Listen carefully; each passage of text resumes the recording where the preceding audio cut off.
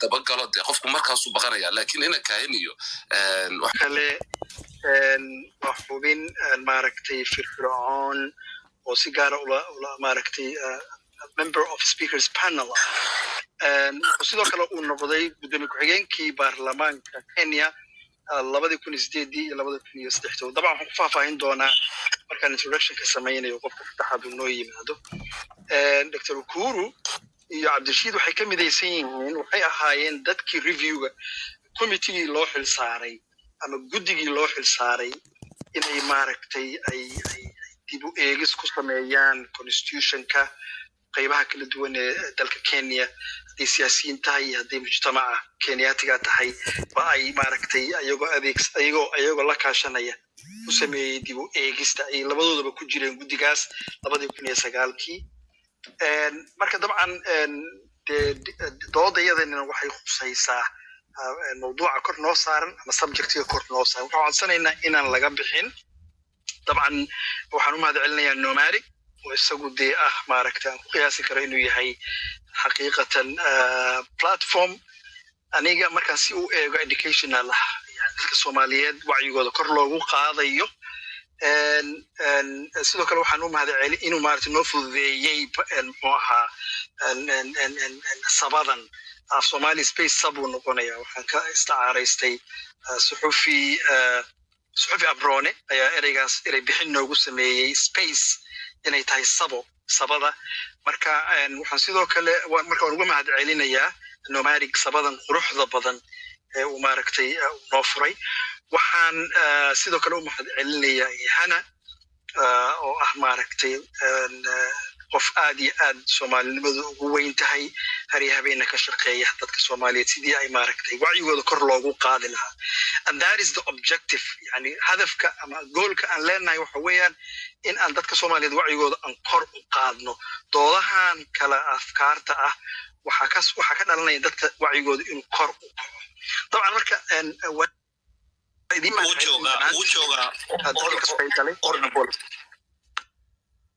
waa marka inta Soomaaliga baan dhamaynaya marka madashu ama sabadu waxay leedahay shuruuc bay leedahay shuruucaas waxa kamid ah in aad si maaragtay wanaagsan aad maaragtay u ixtiraamto dadka martida noo sidoo kale dadka dhageystayaasha inaad ixtiraamto aadna ku soo kordhiso su'aalo iyo maaragtay haddaad wax ku darayso hal ama 2 daqiiqo oo maaragtay togan يعني maxaa yiraahdaa aragtiyo togan inaad ku kordhiso mawduuca waxaan tilmaamayaa in mayga laga qaadi doono qofkii ku xadgudba martida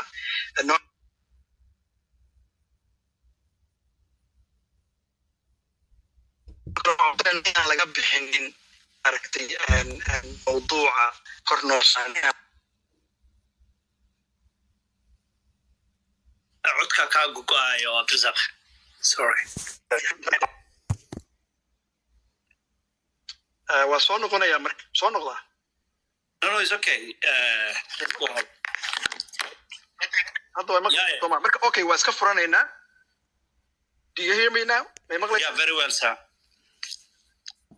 okay so on behalf of Nomadic Forum I thank and welcome our distinguished guest Honorable Farah Maalim Dr.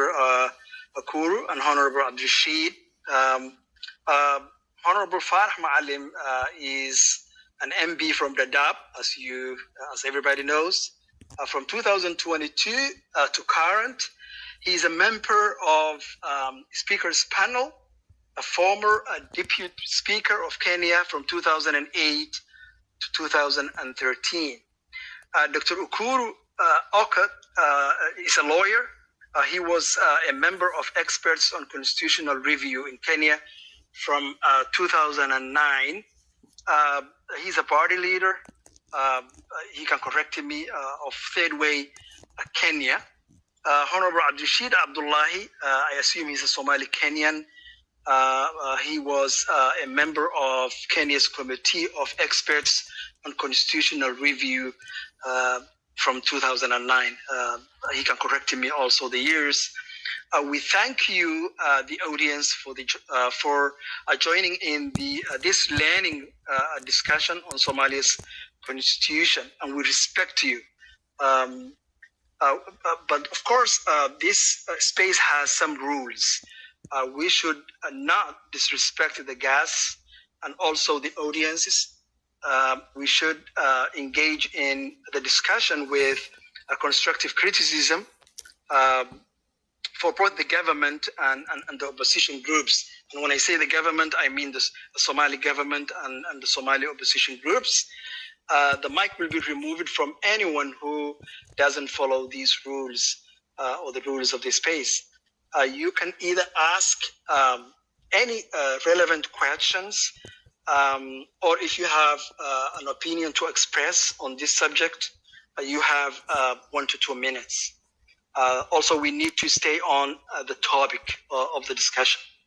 So again, please welcome with me our special guests, Honorable Farah Ma'alin, Dr. Akuru, and Honorable Abdurrashid.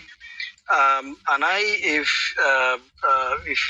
Nomadic and Hannah, if you agree with me, I would like to welcome Honorable Farah.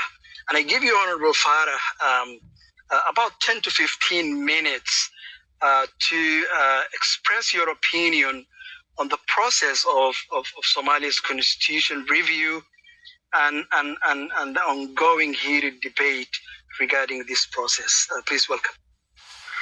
Thank you very much. I would like to mention, Honorable Farah, if you don't mind, we can either speak English or Somali, so it doesn't have. I know the most audience here are Somali speaking. I know some of them speak English, but many of them may not. I'll mix them. So if you can, I'll mix them up, but for the benefit of Ekuru Okot, Dr. Ekuru Okot, I will start with English. The Constitution is basically a covenant between the government and the people. And in our case, we got our first independence constitution in 1962-63, and that basically became our independence, the Lancaster House Conference, which was an imposition largely imposition by the colonial British government of the day. We have wanted to change that constitution because the idea was that independence first, we can change the constitution later. We wanted to change that constitution for 45 years. And if it's not for the conflict, the post-election conflict of 2008, January 2008, December 2007, we probably would still be grappling with a desire for us to change the constitution, because there's always going to be resistance from vested interests to change the constitution. But we got into an election, a very largely disputed election in 2007, and as a result of the disputes of the results of the election itself, we almost became a failed state because there was a civil war, some kind of ethnic clashes all over the country, largely in 2 or 3 major regions of the country. As a result of that, when we almost became a failed state, there was an intervention now from the global, the international community. Eminent personalities from Africa, the United Nations Secretary General at the time, who was Kofi Annan, and a number of other people came in to see how they can serve the situation for us. And because of that conflict is how we ended up with what was a power sharing format that time, and we had a coalition government through a national accord. The accord essentially said that the 2 protagonists in this case, or the 2 people who were contesting for the presidency, Kibaki and Raila Odinga, they were going to share power 50-50. One of them was going to be the president, and the other one was going to be the prime minister, the head of the government. Both of them were going to share executive power 50-50. None of them was going to have any absolute power or authority over the other, or on any matter. Everything had to have the concurrence of the 2 of them. And then the parliament now took the role of bringing in a raft of reforms. One was the creation of as part of that negotiations, which was the national accord that time, we put together what we call a committee of experts. This committee of experts, none of them was a politician, and about 3 of them were foreigners, and the rest of them were people who were basically from the country. And I think there was only one land lawyer, and that was Abdirashid Abdullahi. So the 9 of them, and Kuro Okot, let me correct you, was a CEO, was a chief executive officer of the committee of experts. They are the ones who went ahead and put together, basically collected views from Kenyans from the 4 corners of this country. When they collected the views, they then collected all those views and then put it together in the format of a constitution, which is what we have. Then brought to us in Parliament with one caveat or one condition, which means any matter out of all those articles of the Constitution that was created by the Committee of Experts, if we were going to contest any matter, one had to have a 2/3 majority who are willing to contest that. And I was the Deputy Speaker of Parliament that time, and the Deputy Speaker is a very powerful office in our country for those who understand how the system works. The Speaker is an ex-officio, which means he's an independent, he's not a member of Parliament, and only belongs to 1 or 2 committees, which is a Committee of Rules, Privileges, and the Parliamentary Service Commission. But the Deputy Speaker is the chair of the Liaison Committee. The Liaison Committee is a body that brings together all the chairs of all the committees in Parliament. So I was personally one of the people who chaired a lot of those sessions. None of the 157 amendments that were suggested by members of Parliament could see the light of the day, could not even be discussed because of the manner in which it was crafted by the Committee of Experts. So we got this constitution and we couldn't change anything out of that constitution. This was the collection of the views of the masses of this country, the collation by a committee of experts that are non-partisan, and then of course it was brought to Parliament, and Parliament had no role in changing anything. It can only change something in the future now, but at the time you had to have a 2/3 majority for even a matter to find its way into the floor of the House, which means if somebody brings an amendment, the first thing the Speaker would say is that how many people are in and the majority of the members of Parliament who are not happy with that amendment would walk out of the House, just sit outside or stand outside, and then the Speaker will count the number of people who are in support of that amendment finding its way into the floor of the House to be debated, and none of them got that.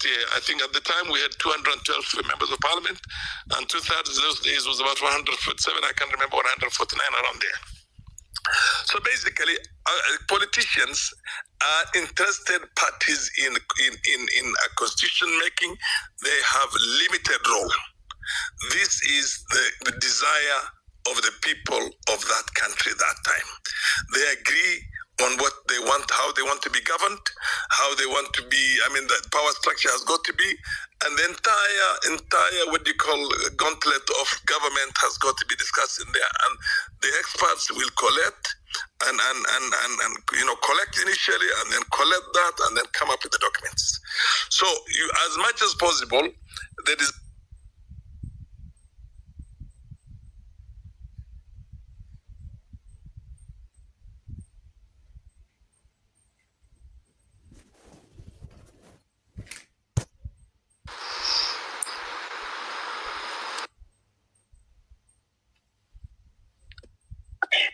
I think we've lost Honorable Farah Maalim.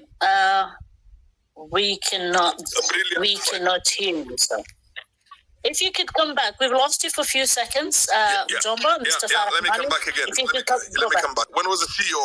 He was the CEO, the Chief Executive Officer of the Committee of Experts, and the other one was a member of the nine-member commissioners, or members of the committee.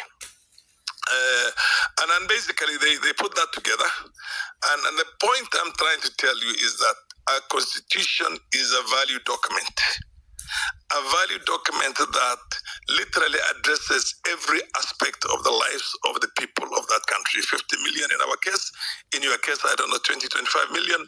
Politicians have got to have as minimum role as possible. Ours was only to pass it in the floor of the House for the purpose of taking it forward for a referendum. And then the referendum was done by the people of Kenya. Ours was purely a conveyor belt. We could not change an article, we could not change a comma, we could not change anything because of the manner in which it was framed. It was impossible for somebody to get, for any amendment that was suggested by anybody, to get the 2/3 majority that was required. Even then, the final decision of whether that constitution is going to be eventually promulgated rested with the people of that country. So we went for a referendum, and 60-something%, I can't remember, 65, 67% of the population of Kenya approved it. It was 67%. It was 67%, yes. And it's because that is why we have the constitution we have today. Politicians had the least role, hardly any role, except that conveyor belt. So basically, the way I see it myself is that, one, there's nothing wrong with the constitution-making process taking very long time.